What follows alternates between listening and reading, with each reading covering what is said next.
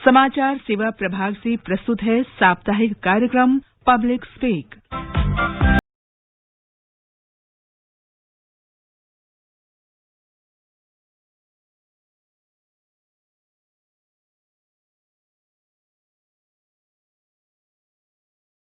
Speak कार्यक्रम में आपका स्वागत है। श्रोताओं को विमलेंदु पांडे का नमस्कार। इस कार्यक्रम में प्रत्येक सोमवार हम एक नया विषय लेकर आते हैं और उस पर आपके सुझाव, विचार और जिज्ञासाओं पर चर्चा करते हैं। आज के कार्यक्रम का विषय है कोविड से जुड़े तथ्य और सावधानी। श्रोताओं, आमतौर पर बीमारियों और महामारियों को लेकर उनके मूल कारण और परिस्थिति की पर्याप्त जानकारी जनसाधारण में नहीं रहती। यही कारण है कि तमाम नुस्खे सोशल मीडिया पर तैरने लगते हैं।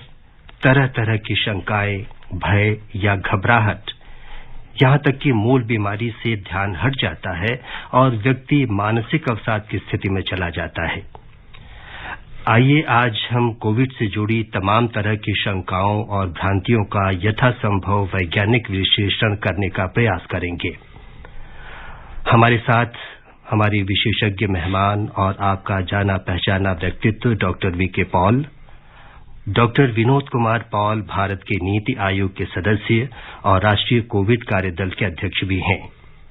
डॉक्टर पॉल, आकाशवाणी के स्टूडियो में आपका स्वागत है। धन्यवाद। नमस्ते।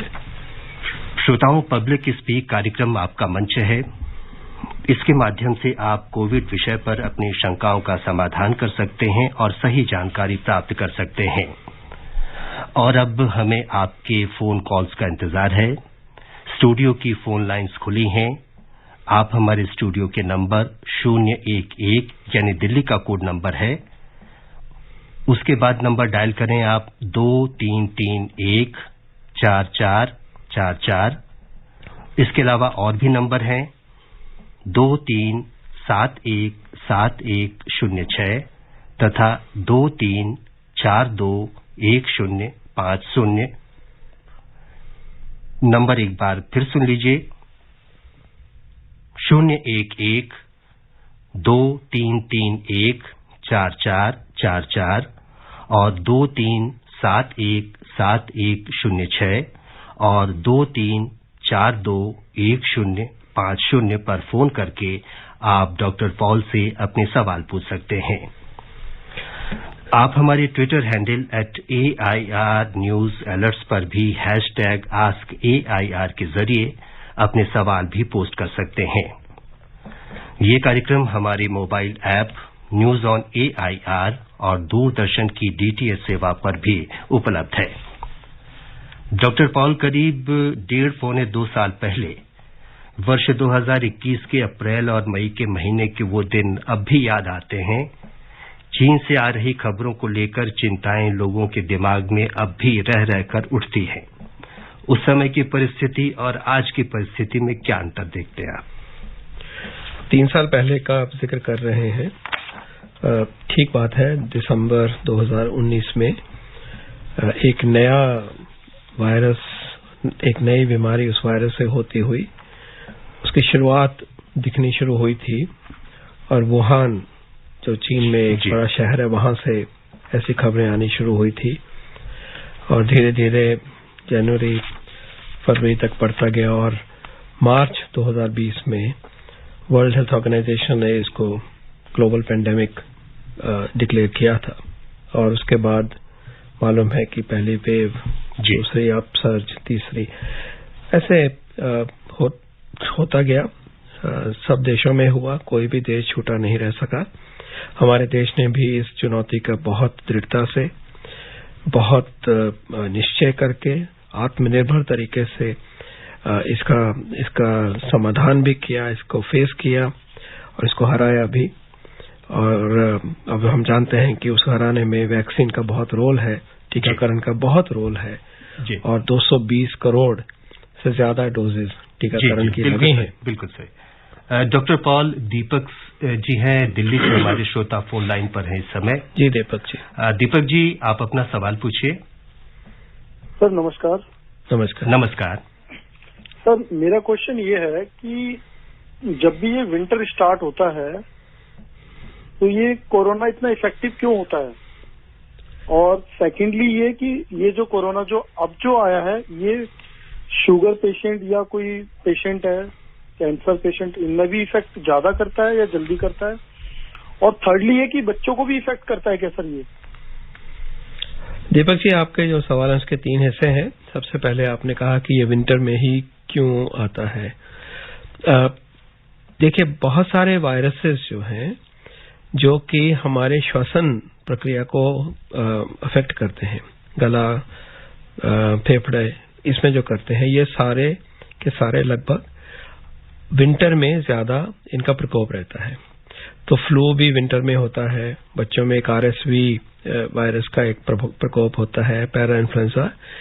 ये एक मानी हुई बात है कि सांस की बीमारियां, वायरस के होने वाली बीमारियां और बैक्टीरिया के भी होने वाली बीमारियां सर्दियों में बढ़ जाती हैं, क्योंकि सर्दी लगने से संकुचित हो जाते हैं ब्लड वेसल हमारे रेस्पिरेटरी सिस्टम में।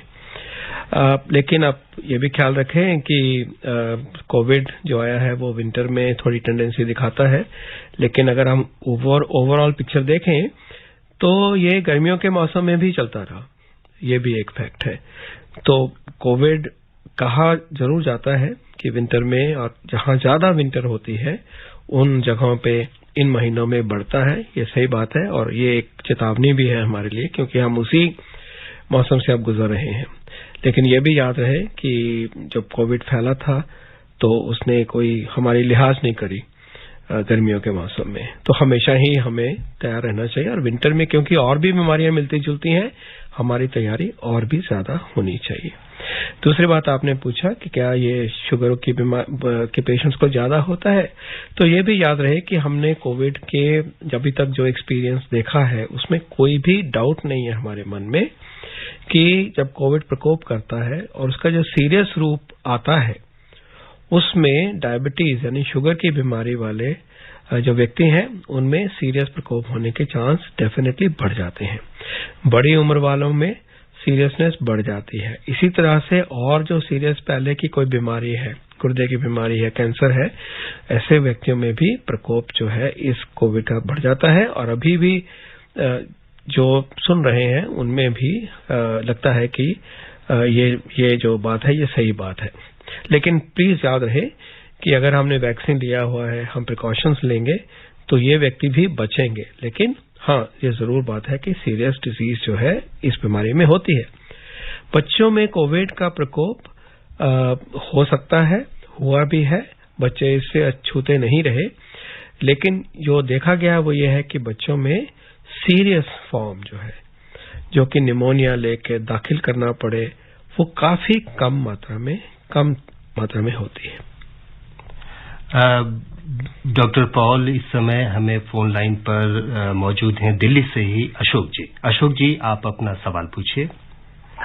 सर, मेरे 2 सवाल सर। ये जो बूस्टर डोज लगवाना अनिवार्य सर, तीसरा डोज जो होता है सर, और नोजल डोज सर क्या है सर? अशोक जी, धन्यवाद। मैं आपके इस सवाल का जवाब देते हुए जो सब श्रोतागण हैं उनको बिल्कुल एक साफ तरीके से कहना चाहूंगा और विनती करना चाहूंगा कि बूस्टर डोज जो है उसको हम प्रिकॉशन डोज कहते हैं, वो हम सबको लगानी है। प्रिकॉशन डोज का मतलब है कि जो हमने पहले नंबर 1 वैक्सीन लिया, फिर उसी के हमने सेकंड डोज ली तो हमारा कोर्स पूरा हो गया। उसके बाद जो तीसरी डोज लगेगी वो हम कहते हैं प्रिकॉशन डोज है, उसको बूस्टर डोज भी कहा जाता है। तो याद रहे कि भारत सरकार की ये निर्णय है और पॉलिसी है और प्रोग्राम है कि 18 के उम्र से ऊपर हम सबको प्रिकॉशन डोज लगनी चाहिए। और इसमें अगर बाई चांस आपको नहीं लगी है तो जरूर जल्दी से जल्दी प्रिकॉशन डोज लगाइए। इसके पीछे सोच बहुत ही एक वैज्ञानिक सोच है और तथ्य है कि कुछ अरसे के बाद जो पहले का जो शुरू का कोर्स 2 डोज का होता है उसका इफेक्ट जो है वो कम हो जाता है। तो उसको ऊपर उठाने के लिए, बूस्ट करने के लिए, उसमें ज्यादा ताकत लाने के लिए फिर हमें एक और बूस्टर, एक और इंजेक्शन लेना पड़ता है। और वो लेने के बाद में हमारा जो कवच है वो फिर पूरे का पूरा स्ट्रांग हो जाता है। और जिस तरह की बातें आज कही जा रही हैं कोविड के बारे में, लग रहा है कि खतरा एक दोबारा फिर आया है, जैसा भी है, और उसमें अगर हमने तीसरी ये वाली प्रिकॉशन डोज जो है, तीसरी डोज जो कि प्रिकॉशन या बूस्टर डोज है वो ली होगी तो हम स्ट्रांग होंगे और हमारे थ्रू इन्फेक्शन भी दूसरों को नहीं फैलेगी और सीरियस बीमारी और सीरियस कॉन्सिक्वेंस जो है वो लगभग प्रिकॉशन डोज पूरी करी होगी तो काफी हद तक उसका अंदेशा जो कम हो जाता है। नेजल वैक्सीन जो बात आपने करी कि नाक में ड्रॉप्स की तरह क्या कोई टीका बना है, उसका जवाब है कि हाँ, ऐसा टीका बन गया है कि आपको सुई से टीका लगाने के बजाय नाक में ही ड्रॉप्स डाल दिए जाएं, बूंदें डाल दी जाएं और उसके बाद टीके जैसा काम करे। हाँ, ये वैक्सीन ऐसा हमारे देश ने में ही विकसित किया है, बहुत बड़ी उपलब्धि है, देश की खोज है, ये देश की ही कंपनी इसको अच्छी तरह से बना रही है, इसका परमिशन हो गया है और ये लिया जा सकता है। जब भी ये मार्केट में आ जाएगा तो आप ले लीजिए। अगर ये आज मार्केट में नहीं मिल रहा है तो आप दूसरे वैक्सीन जो भी हैं वो बूस्टर के लिए जो उपयुक्त हैं, जिनका कि कोविन पे प्रदान कर दिया गया, आप वो ले लीजिए और जब ये आ जाएगी तो ये चॉइस भी हमारे सामने हो जाएगी। डॉक्टर साहब, ये जो नेजल वैक्सीन है नासिका वाली, ये कोविशील्ड और कोवैक्सीन से किस तरह से अलग है? ये अलग मेनली इस तरह से सबसे पहले सोचना चाहिए कि इसको देने का सिस्टम अलग। जी जी। टीका जो लगता है वो हमारे मांसपेशी में लगता है और चाहे वो कोवैक्सीन हो चाहे कोविशील्ड हो, तो ये मांसपेशी में न लग के नाक में बूंदें डाली जाती हैं ड्रॉपर के साथ में। तो सबसे पहले तो ये अलग है। दूसरा है कि जो इसके जो गुण है जिसके बेस पे ये बना है वो अपने तरह का एक वेक्टर है, किसी हद तक वो मिलता जुलता है एस्ट्राजेनेका कोविशील्ड वेक्टर से मिलता है, लेकिन हमें उस तरफ जाने का जरूरत नहीं है। उसको इफेक्टिव बनाने के लिए पूरी तरह से जो विकास होता है, रिसर्च एंड डेवलपमेंट होती है, उसके बहुत बड़ी उपलब्धि है कि हम उसको टीकाकरण के बजाय, टीका लगाने के बजाय, सुई से देने के बजाय सिर्फ नाक में बूंदें डालें और पूरे का पूरा असर हमें और उसका फायदा मिल सके। इस समय फोन लाइन पर है मकसूद जी मुरादाबाद से। मकसूद जी, अपना सवाल पूछिए। नमस्कार सर। नमस्कार। नमस्कार। हाँ, सवाल तो मैं पूछूंगा डॉक्टर साहब से। सर, आप जो संवाददाता है, तो मैं 40 साल से आकाशवाणी 45 साल से सुनता आ रहा हूँ। राजेश टू जी थे, अजय कुमार भार्गव जी थे और जी अजीज हसन जी थे, अखिल मित्तल जी थे। अब ये कैसे क्या रिटायर हो गए, क्या हुआ इस संवाददाता? ये लोग सेवानिवृत्त हो गए, लेकिन आज अभी इस समय का विषय है कोविड और जिससे अभी हम सब जूझ रहे हैं।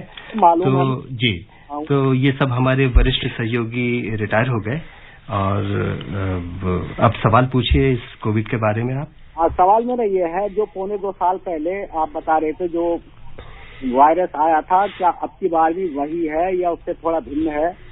और दूसरा सवाल ये था कि जो कोविशील्ड और कोवैक्सीन थी, अब जो है नाक में डालने वाली जो आई है, इसकी क्षमता जो है कितने साल, कितने महीने तक की है? इससे ज्यादा है?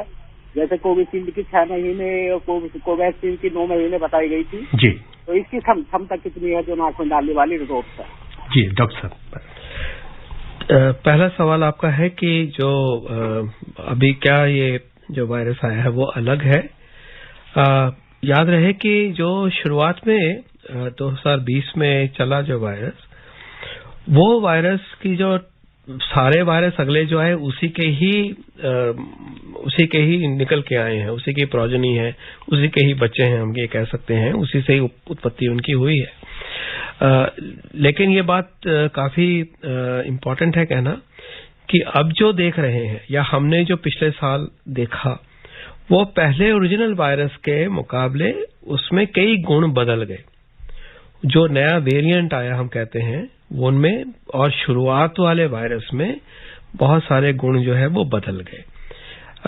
जैसे कि हमने पिछले साल जो ओमिक्रॉन वाला वायरस देखा, तो शुरुआती वायरस की बजाय वो बहुत तेजी से फैलता था, लेकिन उसके साथ साथ जो शुरुआत का वायरस था 20 वाला, उसकी बजाय और 21 वाला, उसकी बजाय जो उसकी ताकत थी नुकसान करने की, मृत्यु करने की, वो शायद काफी हद तक कम थी। हालांकि उस टाइम तक हमें वैक्सीन वगैरह भी लग गए थे, लेकिन वो ताकत कम थी, फैलने की ताकत ज्यादा थी। तो छोटा इसका आंसर या जवाब ये है कि वायरस, फादर वायरस तो वही है, लेकिन चलते चलते चलते जो वायरस के अभी बन गए हैं उसी वायरस के अंदर जो बदलाव आए हैं, तो वो किसी हद तक उस वायरस का जो बिहेवियर है, गुण है, वो अलग है।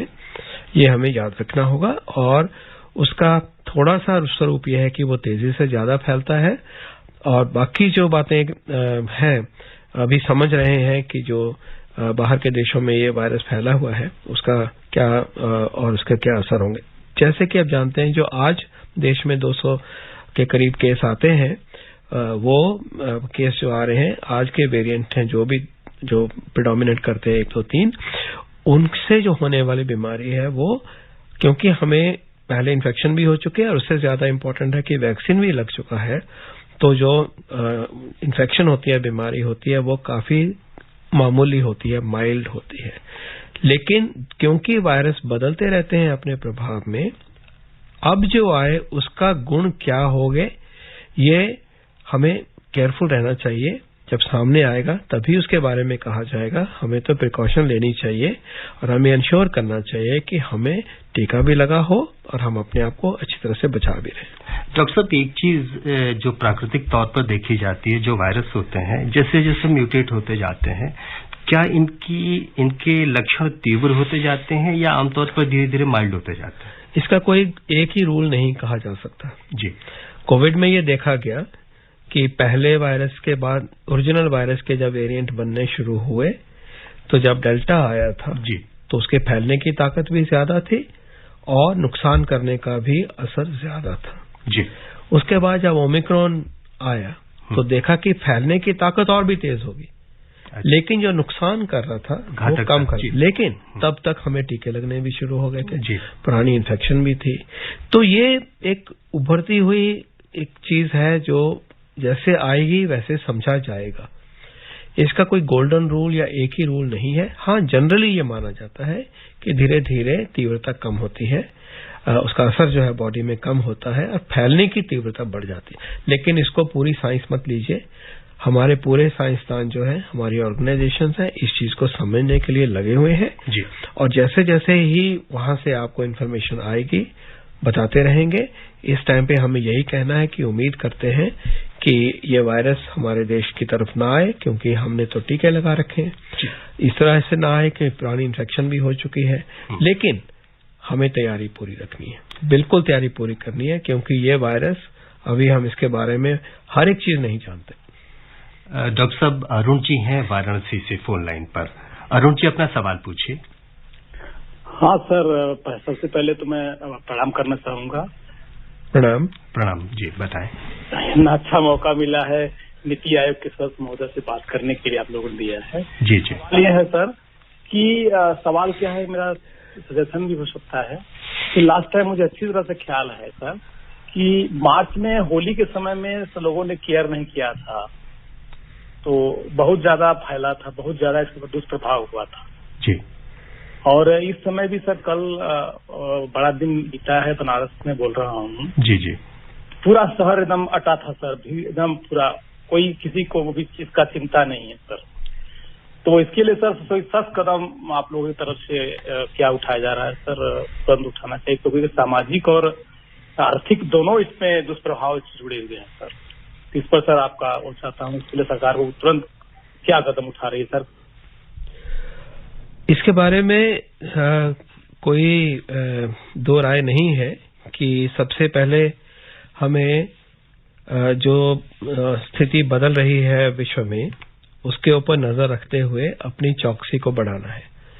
माननीय प्रधानमंत्री जी ने भी इसी बात का जिक्र किया कल मन की बात में, और सरकार की तरफ से भी ये बिल्कुल क्लियर करते हुए हम आगे बढ़ रहे हैं कि जैसे बाहर की स्थिति बदली है हमें चौकन्ना रहना है।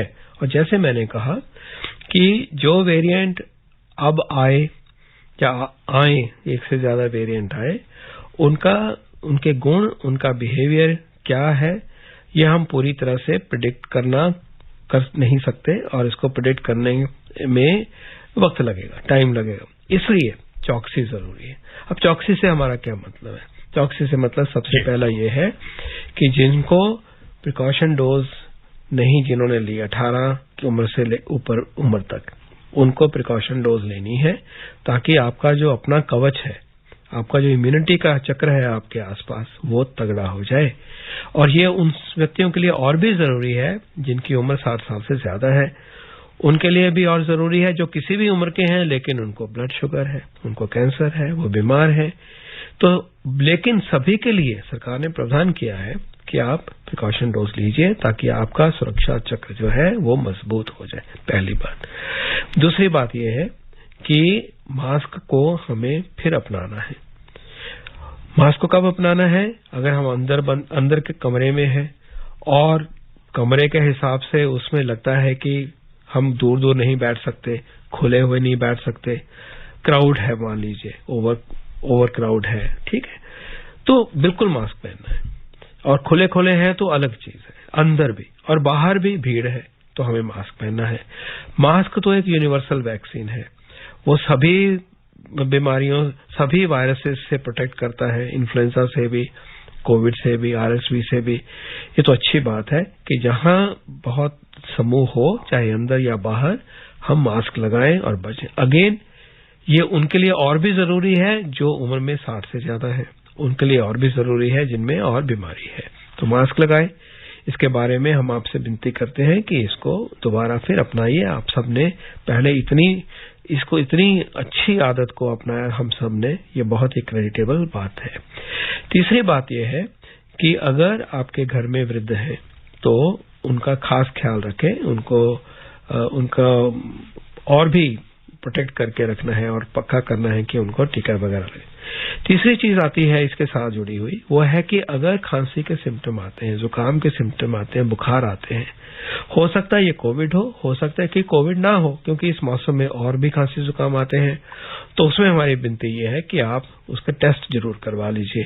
टेस्ट करेंगे पता चलेगा। अगर कोविड नहीं है तो और तरह की बात है, कोविड है तो थोड़ी प्रिकॉशन जैसे कह रहे हैं वो और आप सुदृढ़ करेंगे ताकि दूसरों को ना लगे, वृद्धों को ना लगे, क्योंकि उनमें कॉम्प्लिकेशन ज्यादा हो सकती हैं। ये 3 बातें जो है आप अपने तरीके से हम सब अपनाएंगे। इसके अलावा फिर सरकार ने तैयारी करनी है और तंत्र ने तैयारी करनी है। उसकी तरफ बढ़ते हैं तो फिर बात आती है कि अगर हमारे पास क्या बेड्स टाइम पे अवेलेबल हो जाएंगे, हमारे पास ऑक्सीजन का प्रावधान होगा, दवाइयों का प्रावधान होगा, रेफरल सिस्टम होगा। तो उसके बारे में कल सारे देश भर में एक मॉक ड्रिल हो रही है।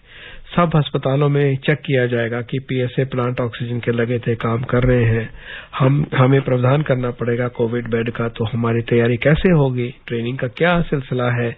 तो ये तंत्र की तैयारी, टेस्टिंग की अवेलेबिलिटी है, ये सब होगा। तो ये सरकार की भी जिम्मेवारी है और अपनी हमारी इंडिविजुअल जिम्मेवारी है। यही स्टेप हम सब ने मिलकर लेने हैं और समाज, whole of society, whole of nation, whole of government मिलकर काम करेंगे। डॉक्टर पॉल इस समय मथुरा से हैं सुशांत जी। सुशांत जी अपना सवाल पूछिए। नमस्कार सर। नमस्कार। नमस्कार सर, क्या ये कोविड में पहले वाले जो लक्षण थे वही सारे होंगे? आपका ये सवाल का पहला जवाब यह है कि हमें उन्हीं लक्षणों को के ऊपर नजर रखनी है। वो क्या लक्षण थे? बुखार था, जुकाम था, खांसी था, और फिर उसके बाद में सांस तेज चलना और कॉम्प्लिकेशन होना। यही लक्षणों के ऊपर हम नजर रखेंगे और उम्मीद करते हैं कि ये जो नई बीमारी बाई चांस अगर आती है तो इससे ज्यादा सीरियस जो है वो नहीं होगी। लेकिन साथ साथ ये ख्याल रहे कि जैसे जैसे हमें ज्ञान प्राप्त होता है, अगर आएगी ये बीमारी, नए वेरिएंट की वजह से अफेक्ट होगा, तो जैसे जैसे इसके बारे में और नॉलेज आएगा वो शेयर किया जाएगा। फॉर एग्जाम्पल, आपको याद होगा कि शुरू में हम खांसी जुकाम वगैरह की ही बात करते थे, बाद में जो सेकेंड वाला सर्ज आया था उस टाइम पे ये भी लगा था कि दस्त भी लग जाते हैं। तो वो समझ आई, तो फिर हमने कम्युनिकेट किया, आगे करा, लेकिन उन्हीं लक्षणों को लेकर चले। और ये भी याद रहे कि बहुत बारी कोविड जो होता है उसमें कोई भी लक्षण नहीं होता, खासकर जब हमने वैक्सीन लिया हो और हम अच्छी तरह से हेल्दी हैं, हम स्वस्थ हैं, तो कई बार कोई सिम्टम भी नहीं होते। तो उस सिचुएशन में यही है कि अगर आसपास हो रखा है तो हमें केयरफुल रहना है, क्योंकि इस तरह की इन्फेक्शन बिना सिम्टम के भी हो सकती है, लेकिन हो इन्फेक्शन चाहे सिम्टम के बिना हो दूसरों के तक जा सकती है, ये भी हमारे ज्ञान में होना चाहिए। डॉक्टर पॉल, वर्ष 2022 यानी ये जो साल अभी चल रहा है, कई मायनों में देश के लिए ऐतिहासिक उपलब्धि का वर्ष रहा है। आर्थिक तौर पर हम विश्व की 5वीं सबसे बड़ी अर्थव्यवस्था तो हो गए हैं, लेकिन उससे भी बड़ी बात यह है कि 130 करोड़ से अधिक लोगों का टीकाकरण, और वो भी 220 करोड़ से ज्यादा टीके का कीर्तिमान बनाया देश ने। ये सुव्यवस्थित ढंग से और सुचारू ढंग से कैसे चला? इससे पहले मैं जो पुरानी बात चली थी उसके ऊपर समाप्त करते हैं। सबसे पहले कि आज की स्थिति देश की ऐसी है कि कोविड के बहुत ही कम केसेस आ रहे हैं, सिचुएशन कंट्रोल में है।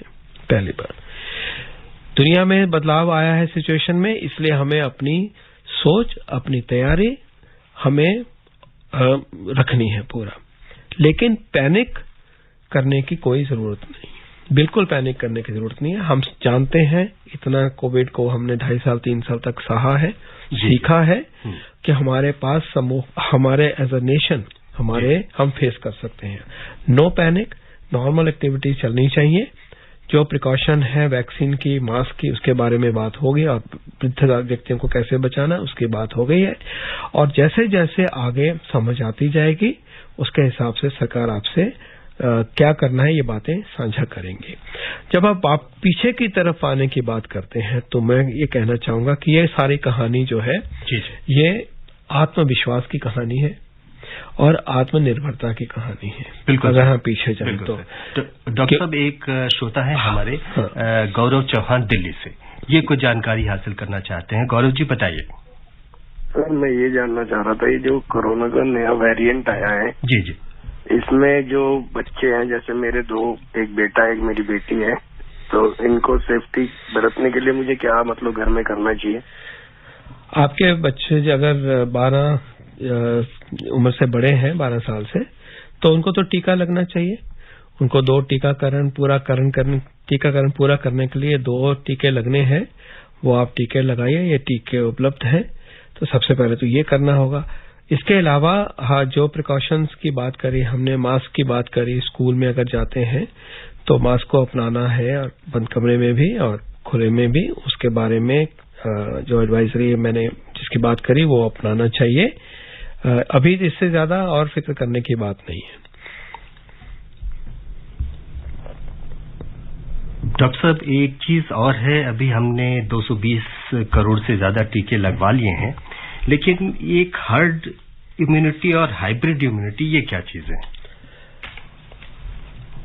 हर्ड इम्यूनिटी से मतलब ये होता है कि लोगों में इतनी ताकत आ गई है लगभग सारी पॉपुलेशन में कि वायरस को जो बिना तैयारी के है, बिना इम्यूनिटी के कोई व्यक्ति मिल ही नहीं है, तो वायरस जाए कहां।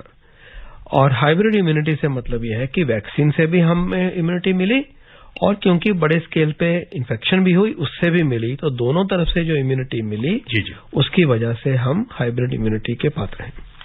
श्रोताओं, हमारे यहाँ कहा जाता है कि विपदा और चुनौतियों से सामना करने में शस्त्र और शास्त्र दोनों एक साथ काम आते हैं। यहाँ शस्त्र का अर्थ है टीका, वैक्सीन और सावधानी। शास्त्र का मतलब है महामारी और उसकी प्रवृत्ति के बारे में ज्ञान। आशा है आप इन दोनों पर खरे उतरेंगे और राष्ट्र निर्माण में सहयोग करेंगे। अब कार्यक्रम का निर्धारित समय समाप्ति की ओर है। हम अपने उन सभी श्रोताओं का आभार व्यक्त करते हैं जिन्होंने पब्लिक स्पीक कार्यक्रम में हिस्सा लिया। आज की चर्चा और हमारे श्रोताओं के सवालों का जवाब देने, उनकी जानकारी बढ़ाने के लिए डॉक्टर वी.के. पॉल, आपका बहुत बहुत धन्यवाद और आभार। धन्यवाद। आज का कार्यक्रम श्रोताओं आपको कैसा लगा, इसके बारे में आप अपने सुझाव हमें ईमेल कर सकते हैं। पता है airnsdtalks@gmail.com। इसके साथ ही पब्लिक स्पीक का ये अंक यहीं समाप्त होता है। अगले सप्ताह सोमवार रात ठीक 9:30 बजे एक और मुद्दे पर मिलेंगे। तब तक के लिए आज्ञा दीजिए। नमस्कार।